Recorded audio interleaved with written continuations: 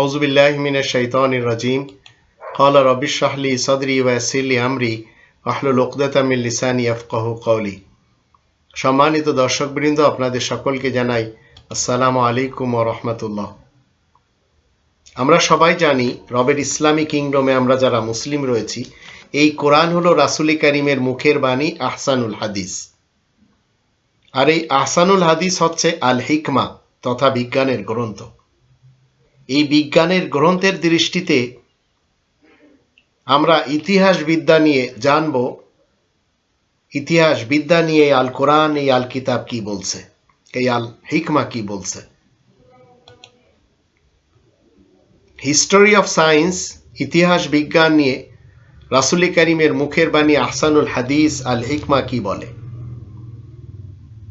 বিজ্ঞানের ইতিহাস বলতে আমরা এখানে বুঝবো এমন ধরনের ঐতিহাসিক নিদর্শন যা ঘটনা সমষ্টি, যা যুগে যুগে বিভিন্ন সাংস্কৃতিক পরিমণ্ডলে বিস্তার লাভ করেছে এবং যার ধারাবাহিকতায় বিজ্ঞানের অগ্রযাত্রা অব্যাহত থেকেছে সবসময়, দুনিয়া শুরু দিন থেকে।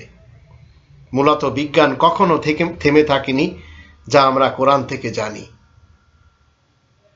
কোরআনের বিজ্ঞানের অগ্রযাত্রার মাধ্যমে পৃথিবী সবসময় এগিয়ে আছে এবং বিভিন্ন যুগ এই কোরআন মানুষকে দেখিয়েছে যখন এই বিজ্ঞান থেকে মানুষ মুখ ফিরে নিয়েছে। মানুষ যখন কোরআনের সভ্যতা ছেড়ে দিয়েছে, তখন মানুষ কি করেছে? মানুষ পাথর ঘষে আগুন সৃষ্টি করেছে। সে কোশ্চেন কালেও ভাবেনি যে সে একটি নব সভ্যতার জন্ম দিতে যাচ্ছে, মূলত সেটি কোরআন বলে দিয়েছে। এভাবেই চলেছে অনেকটি কাল। আবার যখন কোরআনের দিকে মানুষ এসেছে, তখন সব কিছু গুছিয়ে আনার চেষ্টা করেছে। বৈজ্ঞানিক পদ্ধতি খুঁজে বের করেছে কোরআনের মাধ্যম দিয়ে।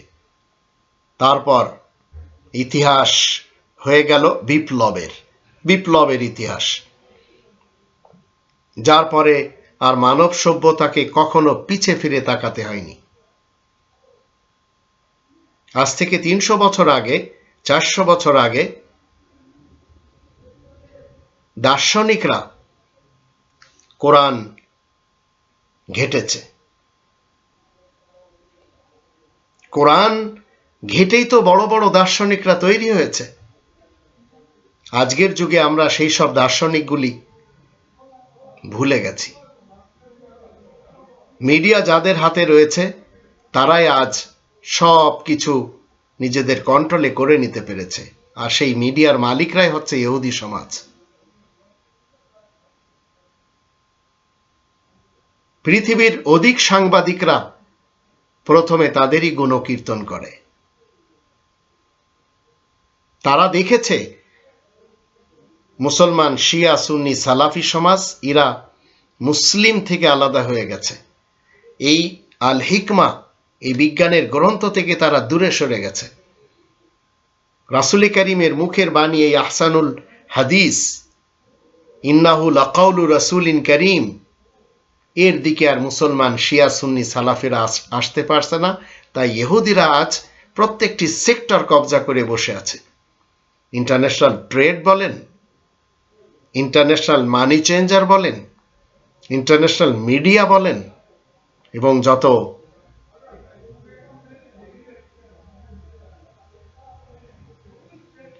আজ পৃথিবীর ইতিহাসে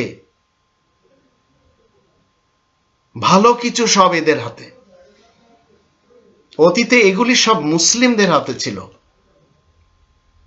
কিন্তু মুসলিমরা একটু চিন্তা করেনি ইতিহাস বিদ্যা নিয়ে, যা কোরআন বলেছে। বরঞ্চ কোরআনেরটা তারা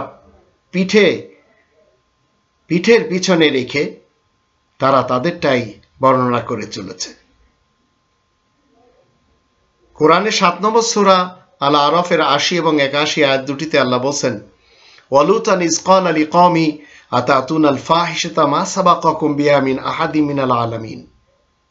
ঠিক তেমনি লূত যখন তার কওমকে বলে, তোমরা এমনই অশ্লীল দুষ্কর্ম করে যাচ্ছ যা তোমাদের আগে আর কেউ এই দুনিয়ার বুকে করেনি।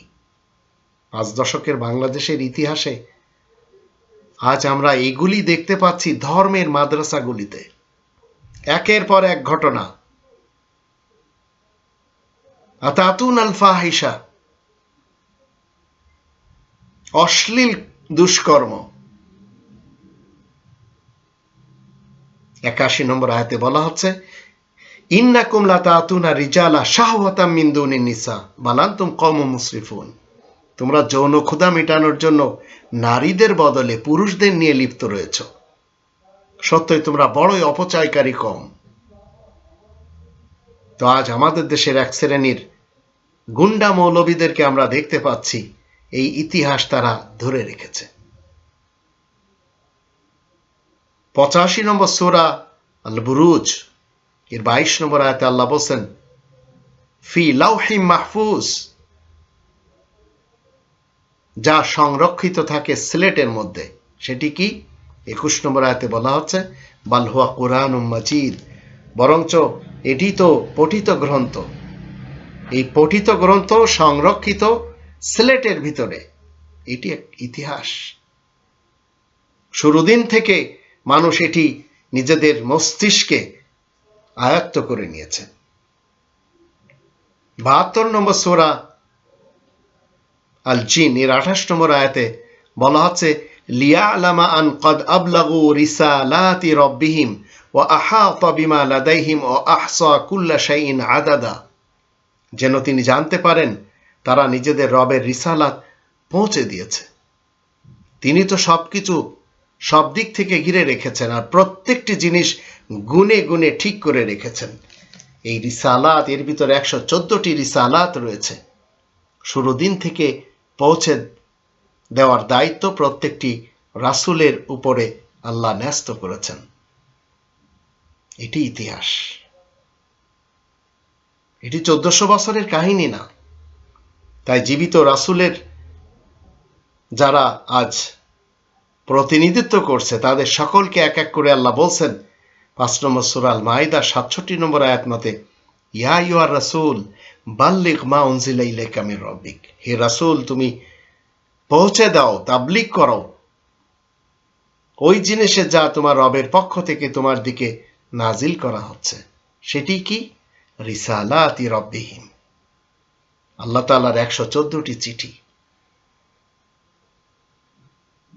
95 নম্বর সূরা আত-তিন এর 8 নম্বর আয়াতে আল্লাহ বলেন, আলাইসাল্লাহু বিআহকামিল হাকিমিন, তবে আল্লাহ সকল শাসকের তুলনায় শ্রেষ্ঠ শাসনকর্তা ও বিচারক নন কি? যত হুকুমদাতা পৃথিবীতে রয়েছে এদের সকলের থেকে বিআহকামিল হাকিমিন হলেন আল্লাহ, শ্রেষ্ঠ হুকুমকর্তা, বিচারক, শাসনকর্তা। তো এই দিকে আপনাকে আমাকে ফেরত আসতে হবে, এই ইতিহাসের দিকে ফেরত আসতে হবে। 5 দশকের বাংলাদেশের বিচারকদের ইতিহাস আমরা দেখছি কি সব সময় দেশ প্রধানকে খুশি করার জন্য উল্টা পাল্টা বিচার কার্য সম্পাদন করেন। 50 নম্বর সূরা কফের 17 এবং 18 আয়াত দুটিতে আল্লাহ বলেন, ইয ইয়াতালাক্কাল মুতালাক্কিয়ানি আনিল ইয়ামিনি ওয়া আনিশ শিমালি কঈদ মা ইয়ালফিযু মিন কওলিন ইল্লা লাদাইহি রাকীবুন আতীদ। আর যখন দুজন রেকর্ডকারী ডানে এবং বায়ে বসে রেকর্ড করতে থাকে, মুখে কোনো শব্দ উচ্চারণ না করতেই তার কাছে যে তারা ওত পেতে বসে রেকর্ড করে। এ হচ্ছে ইতিহাস। যেদিন থেকে আপনি কথা বলা শিখেছেন সেদিন থেকে আপনার আমার প্রত্যেকটি কথা রেকর্ড হয়েছে। এখন এই কথা আপনি কোরআন মতে বলেছেন না নিজের ব্যক্তিত্বের চাহিদা মতে বলেছেন, যার জন্য 88 নম্বর সূরা আল গাশিয়া এর 26 নম্বর আয়াতে বলা হচ্ছে, সুম্মা ইন্না আলাইনা হিসাবাহুম, তারপরে আমাকেই তো তাদের কাছ থেকে হিসাব নিতে হবে। তো রেকর্ড তো আল্লাহ করছেন, রেকর্ড করার পরে আল্লাহ বলছেন যে আমি সবার কাছ থেকে হিসাব নিব। তো এটি সূরা আল গাশিয়া 88 নম্বর সূরা, এর আয়াত নম্বর 26-এ বলা হচ্ছে সুম্মা ইন্না আলাইনা হিসাবাহুম। তো এই ইতিহাস আপনাকে আমাকে মনে রাখতে হবে। 99 নম্বর সূরা জিলজাল এর 7 এবং 8 আয়াত দুটিতে আল্লাহ বলছেন ফামান ইয়ামাল মিসকালা যাররাতিন খায়রান ইয়ারাহু ওয়া মান ইয়ামাল মিসকালা যাররাতিন শাররান ইয়ারাহু। সুতরাং যার এক কণা পরিমাণ নেকি থাকবে সে তা নিজেই দেখতে পাবে, আর যে কেউ তিল পরিমাণ অপকর্ম করে যাচ্ছে সেও তা দেখে নেবে। ইতিহাস। 4 নম্বর সূরা আন-নিসা এর 6 নম্বর আয়াতে আল্লাহ বলেন ওয়াবতালুল ইয়াতামা হাত্তা ইযা বালাগুন নিকাহ ফাইন আনাস্তুম মিনহুম রুশদান ফাদফাউ ইলাইহিম আমওয়ালাহুম ওয়ালা তাকুলুহা ইসরাফান ওয়া বিদারান আন ইয়াকবারু ওয়া মান কানা গনিয়ান ফালিয়াস্তাফিফ ওয়া মান কানা ফাকিরান ফালিয়াকুল বিল মারুফ ফাইদা দাফাতুম ইলাইহিম আমওয়ালাহুম ফাআশহিদু আলাইহিম ওয়া কাফা বিল্লাহি হাসিবা। আর ইয়াতিম বেসাহারাদের বিবাহের যোগ্য না হওয়া পর্যন্ত তাদেরকে যাচাই করতে থাকবে। যখন তোমরা দেখবে তাদের মধ্যে সদবোধ ও হুঁশিয়ারি জন্মেছে তখন তাদেরকে বিষয় সম্পত্তি দিয়ে দিবে। তোমরা তা অযথা খরচ করে ফেলবে না বিনা প্রয়োজনে, শুধু এই ভয়ে তারা বড় হয়ে না যায়। আর আর্থিক অবস্থা ভালো যার, এতিমের মাল থেকে দূরে থাকায় তার জন্য উত্তম। তবে যদি কেউ গরিব হয় খেতে পারবে নিয়ম মোতাবেক। যখন তাদের বিষয় সম্পত্তি ফিরিয়ে দেওয়া হবে তখন যেন এই ব্যাপারে সাক্ষী ঠিক করে নাও। হিসাব নেওয়ার জন্য আল্লাহ যথেষ্ট। ওয়া কাফা বিল্লাহি হাসিবা। তো আপনার আমার জীবনে যে ইতিহাস যা আপনি আমি রচনা করে যাচ্ছি, মনে রাখতে হবে এই ইতিহাস একদিন আপনার আমার সামনে আল্লাহ রাব্বুল আলামিন কি করবেন? উপস্থাপন করবেন। সেদিন আপনাকে বলে দেওয়া হবে, যেটি আমরা এই কোরআনের 17 নম্বর সূরা বানী ইসরাইল যদি একটু পড়ি, সেখানে আমরা কি দেখতে পাই? আল্লাহ বলছেন 13 এবং 14 নম্বর আয়াতে ওয়াকুল্লা ইনসানিন আলজামনাহু তাইরাহু ফি উনুকি ওয়া নুখরিজু লাহু ইয়াওমাল কিয়ামাতি কিতাবান ইয়ালকাহু মানশুরান ইকরা কিতাবাক কাফা বিনাফসিকা আল-ইয়াওমা আলাইকা হাসিবা। প্রত্যেকটি মানুষের গলায় তার কাজকর্ম ঝুলিয়ে দিয়েছি, আর কিয়ামতের দিন তার রেকর্ড আকারে বের করব তারই জন্য, আর তাও যে সে খোলা অবস্থায় পাবে। বলা হবে তোমার রেকর্ড পড়ে নাও, তাহলে আজ তুমি নিজেই নিজের রক্ষাকারী রূপে যথেষ্ট, হিসাবদাতা হিসেবে তুমি নিজেই যথেষ্ট।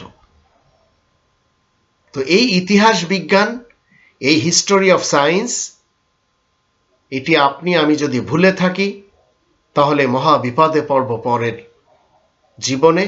তাই আসুন, কখন আপনাকে কি বলতে হবে, কখন কি বলতে হবে না, এগুলি সবই কনস্টিটিউশন বলে দেবে। তাই এই ইতিহাস বিজ্ঞান যেন আপনার আমার সবসময় মনে থাকে। আর মানুষেরা যে সমস্ত ইতিহাস বিজ্ঞান তৈরি করেছে, সেই বিজ্ঞানের অগ্রযাত্রার মাধ্যমেই পৃথিবী এগিয়েছে তা নয়। আল্লাহ এই কোরআনে বলে দিয়েছেন, রবের বাতলে দেওয়া বিধান মতে, ইতিহাস মতে, বিজ্ঞান মতে পৃথিবী কন্টিনিউ আগের দিকে যাচ্ছে। তাই আসুন আমরা যেন আমাদের ইতিহাসকে একটু স্মরণ রাখি, যা আল হিকমা এই বিজ্ঞানের গ্রন্থ আপনাকে এবং আমাকে বলে দিচ্ছে কখন কি বলতে হবে। স্থানকাল পাত্র হিসেবে আমরা যেন সেইভাবে কথা বলতে পারি যা কোরআনের বিজ্ঞান থেকে আমরা জানলাম, কোরআনের ইতিহাস থেকে আমরা জানলাম।